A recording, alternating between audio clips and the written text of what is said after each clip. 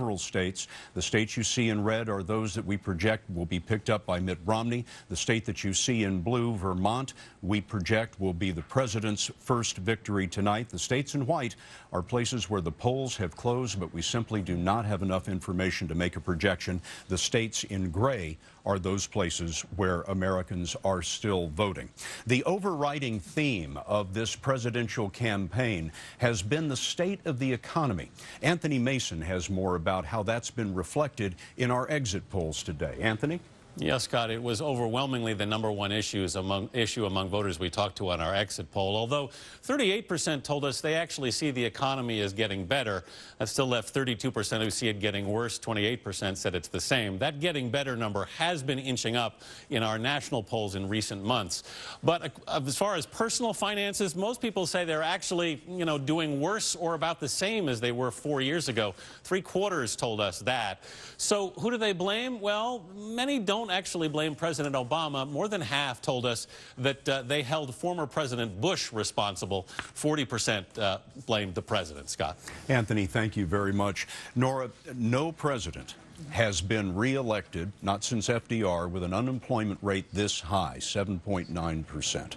That's right, and several other incumbents that tried to be reelected with even lower unemployment failed to get reelected. George W. Bush, it was 7.4%, Carter 7.5%, and Gerald Ford 7.8%. So Obama faces a really difficult economic picture. In a lot of battleground states, it's tough. Florida, higher than the national average. North Carolina, higher than the national average. So what does he do to combat that? It's something I've been talking about tonight. He's trying to build this coalition of African American, Hispanic, young voters, college-educated whites. Can he turn those people out to the polls? You know, Scott, this was going to be the tailwind for Governor Romney. The economy was bad. He was going to grab it. His people, I remember early on telling me, every hour we're not talking about the economy and unemployment is an hour lost.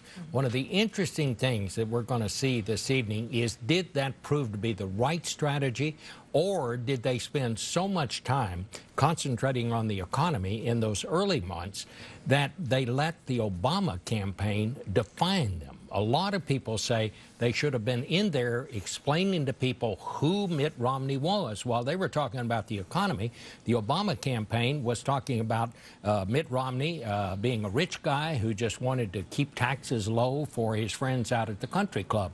We'll see as the evening wears on whether he actually put too much attention on the economy in those early months. Bob, thank you.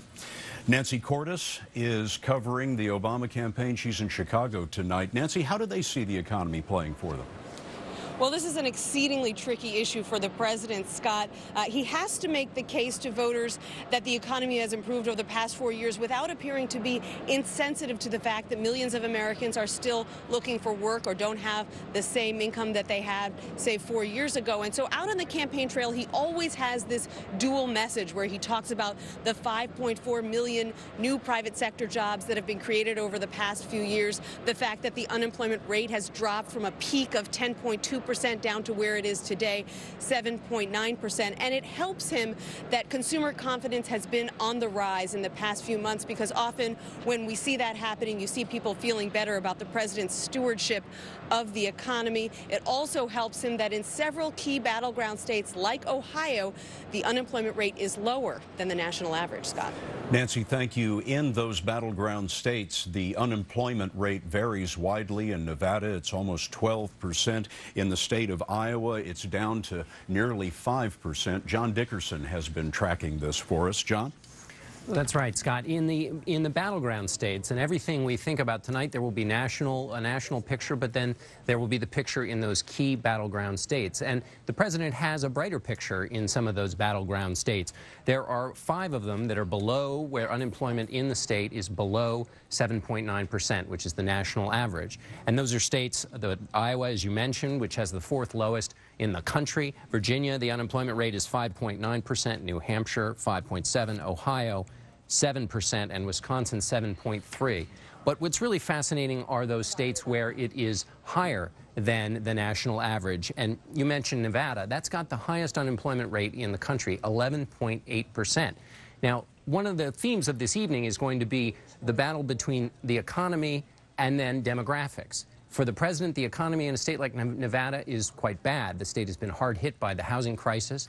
But on the other hand, there are almost 30% of the population in Nevada is Hispanic, a strong group for the president. That will be the question of the contest in Nevada and in other states. John, thank you very much. Jan Crawford is with the Romney campaign in Boston tonight. Jan, the economy should have been the theme of the Romney campaign throughout, but from time to time he was knocked off that message.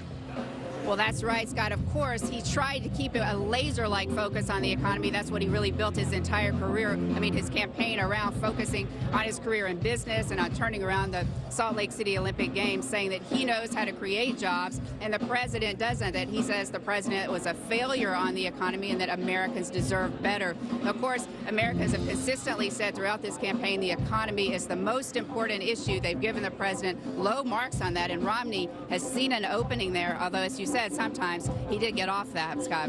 Jan, thank you very much. You're watching CBS News coverage of Election Night 2012.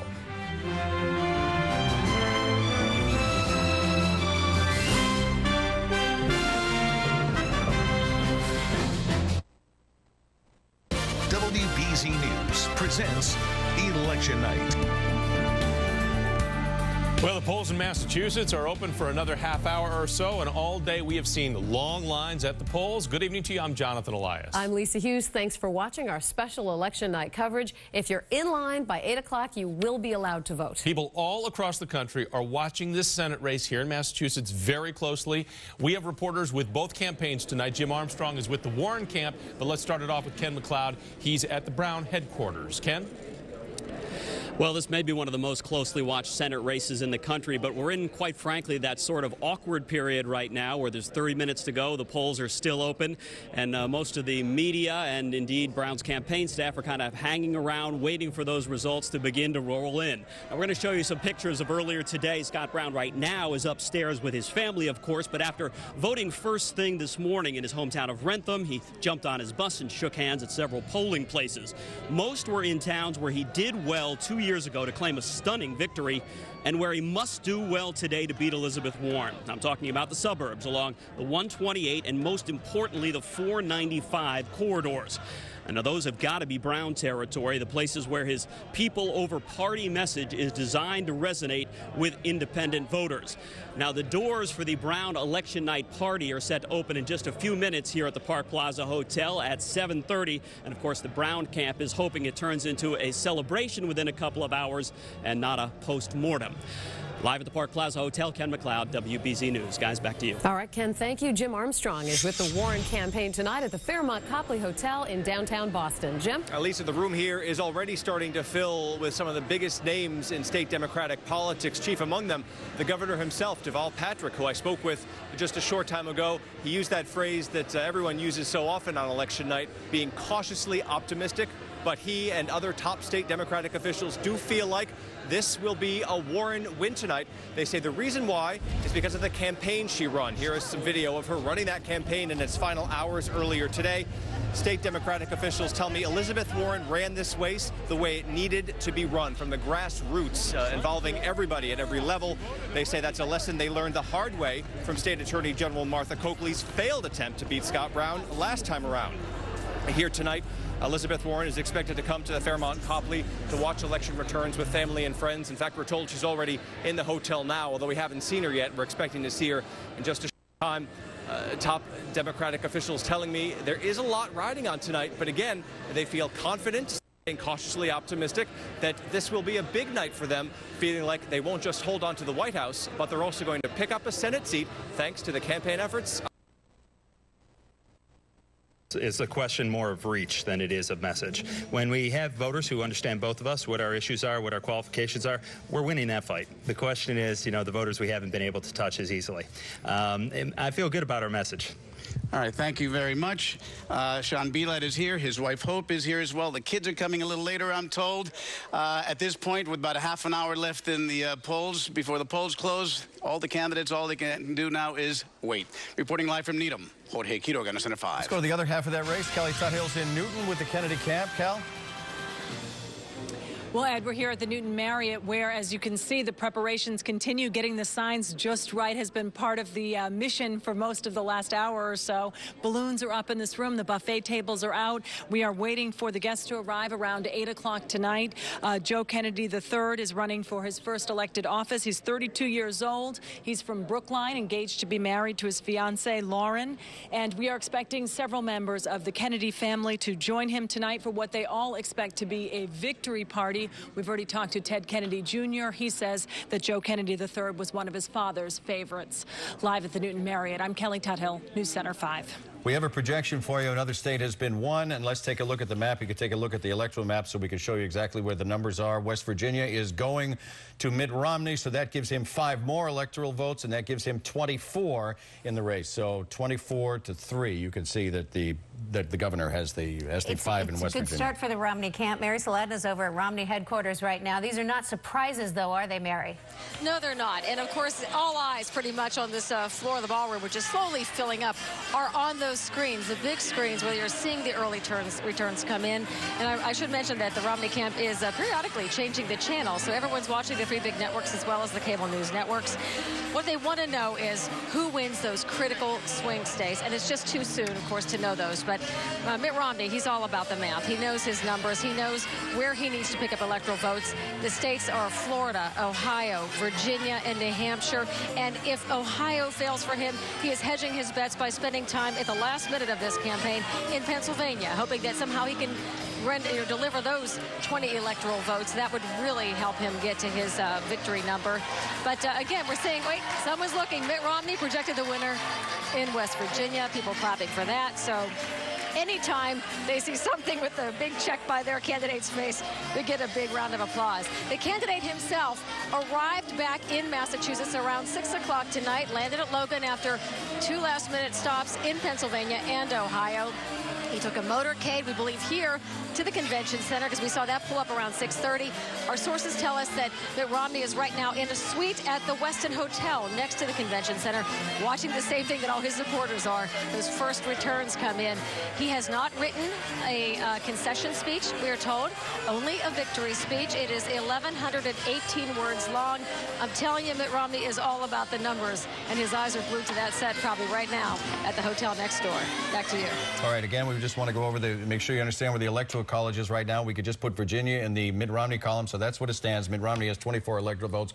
West Virginia, Mitt Romney has 24 electoral votes. The president has 3. These are falling so far in line with what we expected. And it is 7:31 right now. We want to tell you that Ohio has just closed. 7:30 was the polling time closing in Ohio, which is that key state.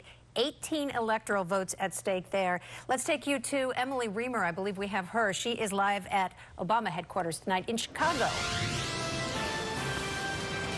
Heather, you're absolutely right, and you can bet the Obama camp is watching those returns coming out of Ohio, that all-important state there. We're here inside McCormick Place right now, and it's a bit quiet at the moment. No one in here yet. The staffers and volunteers from Illinois have been invited to join the president. You can see they're kind of working on the stage, the seats there behind the stage, for what they hope will be a victory celebration. And the Obama team is confident that it will be. And their confidence comes from their ground game, that network of volunteers and staffers to get out the vote.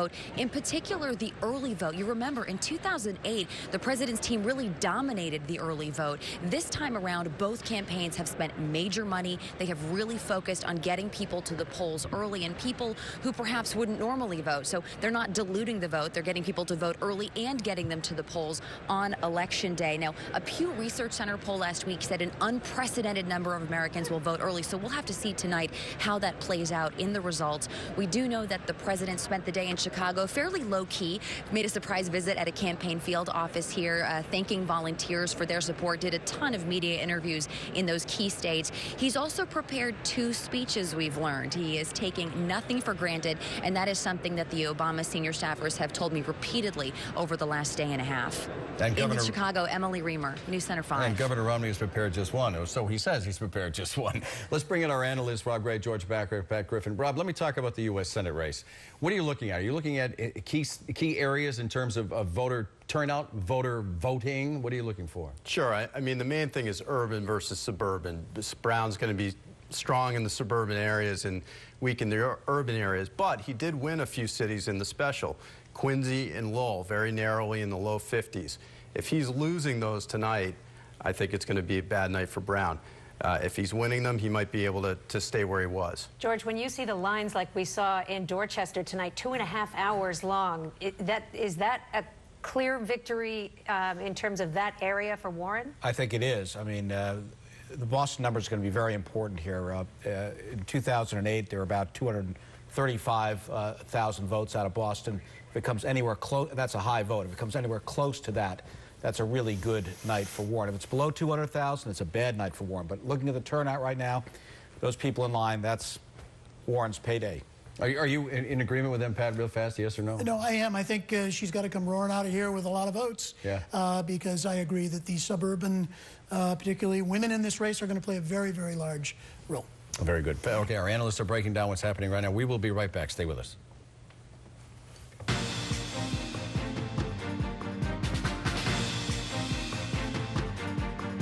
This election special is sponsored by Steward Healthcare System.